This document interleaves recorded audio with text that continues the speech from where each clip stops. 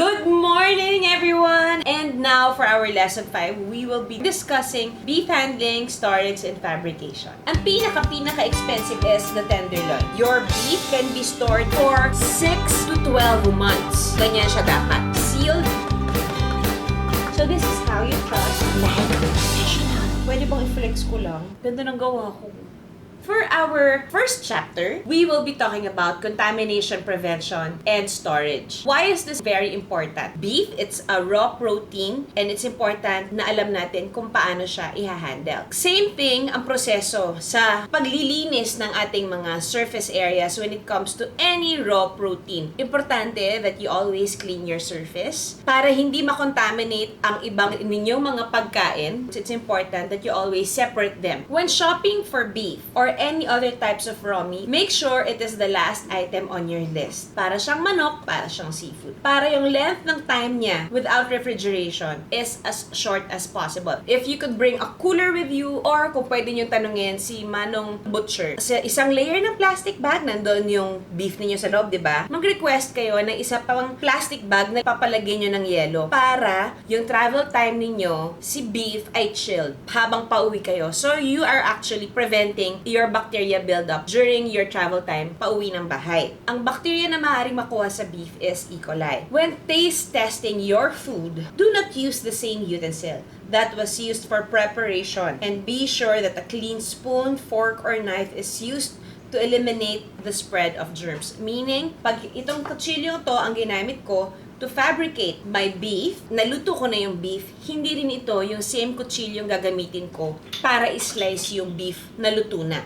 Because you are transferring bacteria from your raw beef to your cooked beef. The knife that was used for cutting or chopping raw meats should be thoroughly washed. So let's say, isa lang ang kutsilyo ninyo sa bahay na ginagamit nyo para sa lahat. So every time you use your kitchen knife in cutting your raw proteins, before cutting vegetables or fruits, you have to thoroughly wash it with warm, soapy water to kill the bacteria and the germs na nanggaling sa raw beef. So I'm not saying na kailangan nyo ng iba pang kutsilyo. Hindi naman. You just have to be mindful na pag ginamit nyo na sa hilaw, huwag nyo gagamitin sa luto. Most cuts of beef can be safely stored in the refrigerator at temperature between 33 degrees Fahrenheit and 40 degrees Fahrenheit for 3 to 4 days only. And of course, nakatakip. Hindi nyo naman yan pwedeng ilagay lang dyan at tiwangwang na ganun. Magkakaroon niya ng bacteria. And at the same time, yung mga items sa loob ng refrigerator ninyo, like your veggies, sliced fruit, pwede siyang makontaminate kung hindi nakatakip ang beef ninyo. Okay? So, you also have to plan your meal, plan your menu. Pagka binili nyo sa grocery na chilled, gagamitin nyo naman siya within 3 to 4 days, then pwede nyo siyang ilagay sa refrigerator. But, if of course, beef will not be used, within a few days, it should be stored in the freezer. When we stock up, it's important. Your beef can be stored in the freezer with a temperature of 0 degrees Fahrenheit or less for, you'll be surprised, 6 to 12 months. Hanggang isang taon, pwede kayong mag-freeze ng karne. Pero, it should be re-wrapped with a heavy-duty protection to prevent freezer burn. What is freezer burn? Normally, we get our beef na nakapack na ganito na, diba? So, technically, you would think, ay, nakapack na siya, i-recta ko na to sa freezer. Apparently, mali tayo ng ginagawa. Ito kasi, cling wrap na to ay napakanipis. And at the same time, there is air inside this package. Kaya siya nagkakaroon ng freezer burn kasi meron siyang air packet sa loob ng kanyang lalagyan. Kaya nagkakaroon siya ng oxidation and at the same time, it dehydrates the meat more as time goes by. How can you know kapag may freezer burn na ang inyong mga karne? One way to know is, of course, there's discoloration in parts of your beef. Ito ay kulay pula or maroon. Pag medyo grayish brown na yung kulay niya, it means it has dehydrated already. Meron ng oxidation process na nangyari sa kanya. Hindi naman kayo magkakaroon ng food poison factor at some point. It's just that the texture would be different, the taste would be different, medyo mas maganit na siya, and there are icicles on parts of your beef. Hindi lang naman siya makikita sa meat. Did you know ang ice cream ay may freezer burn din na tinatawag? Pag bukas nyo ng ice cream ninyo, icicles yung first layer clear niya. That is freezer burn. So, how will you rewrap your beef para sa heavy-duty rewrapping? So, itong beef na to, di ba? This is not properly wrapped. You can fabricate this, cut it up into slices na you feel na gagamitin ninyo. What you can do is, tatanggalin nyo siya sa plastic niya, hindi ba? Kailangan nyo siyang i-rewrap ng cling wrap. Over the cling wrap, you will wrap it with aluminum foil. Make sure na it is fully covered. At the same time, ilalagay nyo siya ngayon sa Ziploc or sa reusable storage bag. And then before you seal it, you have to make sure that you're able to take out all the air inside your Ziploc bag. I have some parts of some beef that's properly wrapped. It has been vacuum sealed, and this is actually the perfect way para ma-store nyo yung mga karne ninyo para maiwasan ang freezer burn. So, investing in a very good brand na vacuum sealer is advisable. Magagamit nyo yan na matagal at hindi lang naman sa karne nagagamit. Nagagamit siya sa maraming bagay. Then, that's the time that you label it and put it immediately in your freezer. And then, keep a list sa may refrigerator ninyo. O, ngayon ko na-purchase tong si beef, tinor ko siya sa ref, pwede ko siyang gamitin, let's say, on Wednesday. Eto na yung luto niya. Ano yung mga frozen beef na nilagay ko sa freezer that would last me for 6 months? Eto, date of purchase, and then kung hanggang kailan lang siya pwedeng i-store. So for Chapter 2, we will be talking about safety handling of beef. Make sure that any juices from your raw beef do not come in contact with any other food items. Ano ba yung sinasabing juice? Hindi po ito orange juice o apple juice. Basically, yung sinasabing raw juices ay yung dugo ng karne. Yan. That's the juice. Yan yung dugo ng karne. And you don't want these raw juices to come into contact sa ibang items ninyo sa loob na refrigerator. That's why you have to put it on a plate to ensure that none of the juices drip onto any other food items in case there's a leak in the package. So let's say, tinanggal niya yung pack and cover it with a cling wrap. Just make sure that you will use your beef within 2 to 3 days because if not, it will spoil. When our beef is spoiling, maamoy nyo eh. 'Di ba? Merong anggo factor. May lansa factor. So, ganyan siya dapat. Sealed and nakalagay sa plate para yung juices niya, nandyan lang sa plate. Kumbaga, nakastore lang siyang ganyan. Hindi siya magsispread sa refrigerator ninyo. Do not allow beef to reach room temperature before it is cooked, as this can promote the growth of harmful bacteria such as E. coli. What is E. coli? E. coli, of course, is a type of bacteria that normally lives in our intestines. This is also found in the gut of some animals.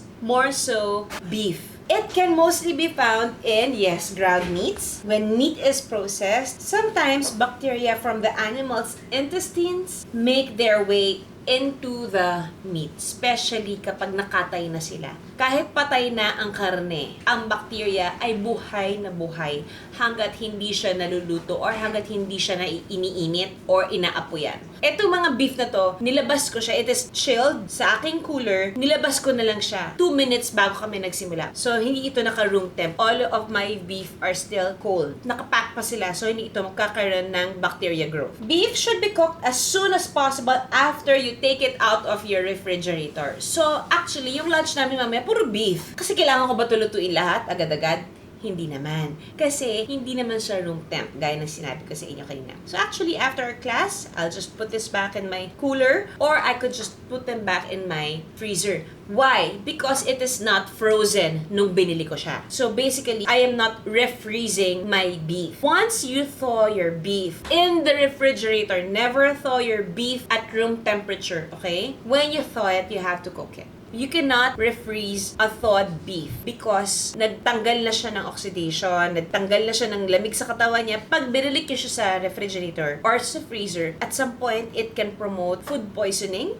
Beef that has been ground or cut into chunks for stews or kebabs or cut into strips for stir frying is much more perishable than larger cuts of beef. Ang mga beef na kinat ng tadtad, beef stroganoff, caldereta, or stew, mas marami silang exposed areas which increases the risk of bacterial growth. So ito mga large cuts of beef ko, hindi ito yung mabilis magkaroon ng bacterial growth. Ground beef, yung pinakamabilis. Eh, hitingnan nyo naman kung gaano siya kaliliit. And when you cook your ground beef you have to make sure that it's fully cooked. Di ba ang mga lola natin, ang nanay natin, at saka si Ate Binay, si Mami, pag nagluluto sila ng spaghetti, pinaghalo nila pork and beef na ground. Dati tinatanong ko, bakit kailangan lutong-luto yung beef? Yun pala yung science behind it. You have to let your ground beef reach the temperature 140 degrees Fahrenheit kapag ka niluluto nyo siya. Sabihin nyo sa akin, paano mo nga naman lalagyan ng temperature yung ground beef? Ground siya. You just have to make sure that your beef, kapag naluto na siya, it's fully brown bago kayo maglagay ng toyo. Yun yung explanation behind it. Kaya hindi nilalagay muna ang any kinds of dark sauces or soy sauce or ketchup or tomato sauces kasi hindi niya malalaman na luto na siya pag nilagay niyo na kagad yung sauce, di ba?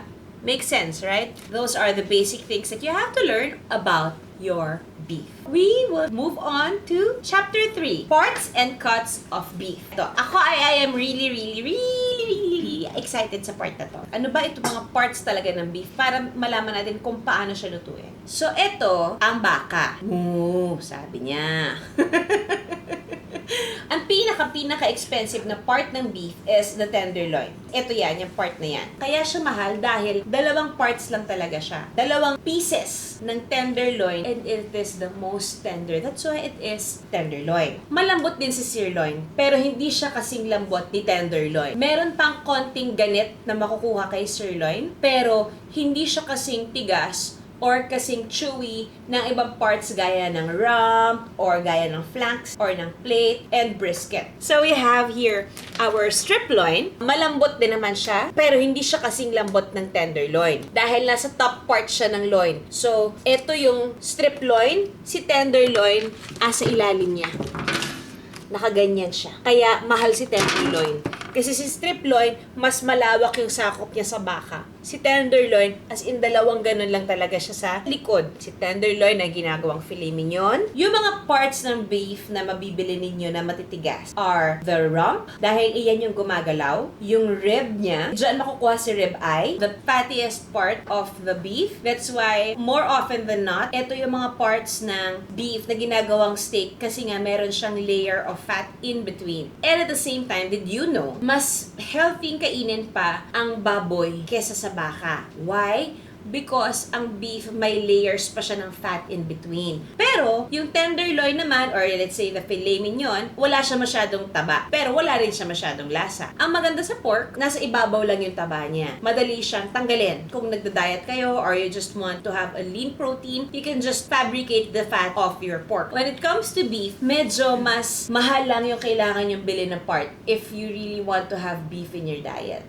The brisket, normally, ang ginagamit for, let's say, corned beef, kasi pwede siyang i-braise muna and then i-roast ng matagal para mag-break down yung muscles and fibers ng baka. Ang ginagamit ko normally pang tapa flakes is leeg kasi mahahaba yung hibla. And at the same time, it's not a stuff. The skirt steak, iyan din ang isa sa mga ginagamit, let's say, sa mga tacos or sa mga enchiladas or sa mga... Dad, ano nga yung gusto mo sa Mexican chuva? Yung... Shucks, alam ko yun.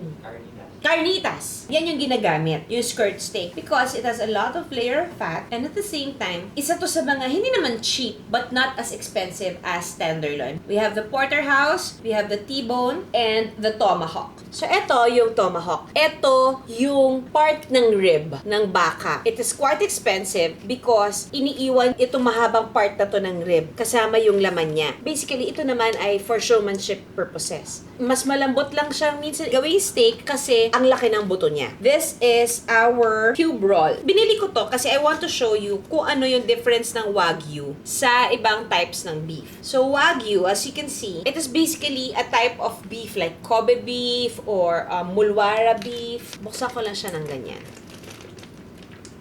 There, in between your beef, meron siyang marbling na tinatawag. Kaya siya mahal. Kasi ibig sabihin, may iba pang prosesong ginawa sa kanya para mag-marble ng ganyan itong part na to ng cube roll. Which always the case when it comes to the beefs in Japan. Iba kasi ang proseso nila ng pag-aalaga ng baka sa Japan. Did you know that ang Kobe beef, kaya isa siya sa pinakamahal dahil minamasahe yung baka 8 hours a day at pinapainom ng 6 liters of beer to tenderize the meat from within. It's time to move to Chapter 4. Chapter 4, we will be talking about fabrication and trussing. So this is a local tenderloin. This has been fabricated already. Normally yan, pag hindi pa siya fabricated, may nakakabit na parang film na silver. And para mas maging tender siya, you'd have to take it out. Since natanggal na siya, I will just show you how you will be able to present your whole tenderloin as a filet mignon. You just have to slice this, mga around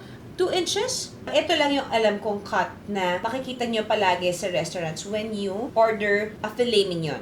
You have one filet mignon. So that's perfectly round already, right? You can wrap a bacon around it, season it with salt and pepper, and just sear it sa butter. Ganun lang kasimple. So itong cut na to, para makip yung kanyang shape, what you can do is wrap it in a clean towel, hindi paper towel, kasi didikit yung paper towel dito. Ikot nyo siyang ganyan. Paluin nyo. Ikaw talagang bata ka. Kulit-kulit mo. Ikaw, hindi ka nakikinig. Ganyan. Just make sure na wala kayong ibang kaharap. You just want to create an even filet mignon size or part. So there, bumilog na siya. Dibs. Normally, yung dulo niya ng tenderloin, kagaya niyan, bulagsak na. So what you can do is butterfly cut it. So ganyan na siya. Dibs, yan. Then, ito din ang i-wrap nyo sa towel to get that bilog na shape at saka para magsama-sama siya. Yan. Lahat ng kabusitan nyo ngayong taon, ipasok nyo sa tenderloin, but not too much. O yan, I'm so happy. So we have 3 different methods on how you'll be able to create that perfect filet mignon size. Now we move on to trussing. It's an achievement nung nalaman ko how to truss a beef. You can actually truss a strip loin as for your roast beef or your beef cube roll with your twine. Ay, hindi to mahirap hanapin. I'm pretty sure sa mga online shops meron ito. So, kailangan nyo lang gumawa ng bilog sa harap na ganyan, hindi ba? Create a circle like that, diba? Pasok nyo dito sa ilalim. Like that. So, pag napasok nyo na sa ilalim, ipasok nyo to dito. So, basically, it's like parang pagtatahi. And then, hila. Then, ganun lang ulit. Gawa ng bilog. Tinurn ko lang yung kamay ko. Over, under. See? That's very easy. Ito, trussing a beef is very important when your beef ay parang ganito na, lugami na siya. So, para mag-keep siya ng shape, kahit i-roast siya, hindi siya maghihiwa-hiwalay. So, of course, yung length ng twine ninyo would vary sa laki ng karne ninyo. When you get the hang of it, madali na siya. Pwede na kayong tsumika habang ginagawa nyo siya. So, of course, habang lumalayo kayo mula sa pinagsimulan ninyo, lumalaki yung circle ninyo na ginagawa ninyo. But it doesn't mean na malaki din yung twine na magagamit ninyo. So, this is how you truss your tenderloin or your roast beef like a professional. Diba ang saya makatuto ng you're trussing your roast beef and then ikaw yung nagluto. Tapos bonggang-bongga mo siyang ipapakita sa iyong mga kamag-anak. So, make sure lang, yung mga nalalaglag na ganyan, naka-secure. Kasi yun naman talaga yung point, kaya nyo siya tinatali, di ba? Para hindi siya maghiwa-hiwalay pag niluto, magkikip yung shape niya like a log. So, turn it over. Yung natira ninyong tali, you will just have to weave it. Over and under lang. Over, under. So, ayan. Nasa last part na tayo, right? So, when you reach the end of your tenderloin, you can turn it over and tie it. Kaya importante rin na yung dulo ng inyong first knot medyo mahaba. Kasi sila yung magdidikit. Last knot. Ako ni last knot ko na lang dito kasi medyo humihiwalay itong part na to ng beef. Ako lang naman to. Pwede nyo naman siyang hindi gawin kung yung beef na makukuha ninyo o mabibili ninyo ay hindi ganitong kagaya sa akin na gusto nila lang maghiwa-hiwalay, magkakabarkada, sawang-sawa na sila sa isa't isa. And just, pwede bang i-flex ko lang? Ganda ng gawa ko. Hihihi! Good job, Judy. Hindi ko mahawakan yung sarili ko. Good job, Judy. Once na na-trust nyo na yung beef ninyo or yung tenderloin ninyo or your strip loin ninyo in the refrigerator, you can marinate it overnight para masiksik na siksik yung lasa niya. Or you can sous vide it. Meaning, it's a slow cooking process na hindi totally naluluto yung karne. Sous vide, mostly ginagamit yan sa lamb, mostly sa beef, para lumambot siya, pero hindi siya thoroughly cooked. Talagang tinenderize lang siya. So, yes, that is our fabrication at iyan ang ating trussing. OMGers. Tapos na tayo. Ay, kinikilig ako, guys. Ay, thank you. For the 5 Sundays na magkakasama tayo, hindi ko lang kayo natuturuan, but I also actually learn with you guys. Ang edukasyon ay walang pinipiling edad, panahon, and I'd always say never stop learning. I am a certified culinary professional. I was able to get my NC2 rating few years back, which expired already, that I have to renew. NC2 basically is a certificate that you will be getting from TESDA kung makapasa kayo sa exam na ibibigay nila. That's practical exam. Yung NC2, once na makuha nyo siya, you can actually use that to work here and abroad. We've decided to create Sundays with Judy to inspire all of us, not just you guys, but more so me, to go back to learning, to go back to the basics of cooking. Binigyan ko lang kayo ng patikim on what you'll be learning when you take up culinary lessons. I am not allowed to give certificates just yet, though it's really my dream to become an instructor, a culinary instructor. Ibang parte pa ng pag-aaral yon. Kung seryoso talaga kayo sa culinary at nakikita nyo that you can do this for the rest of your life, I'd really advise you to go into a proper culinary school para ma-widen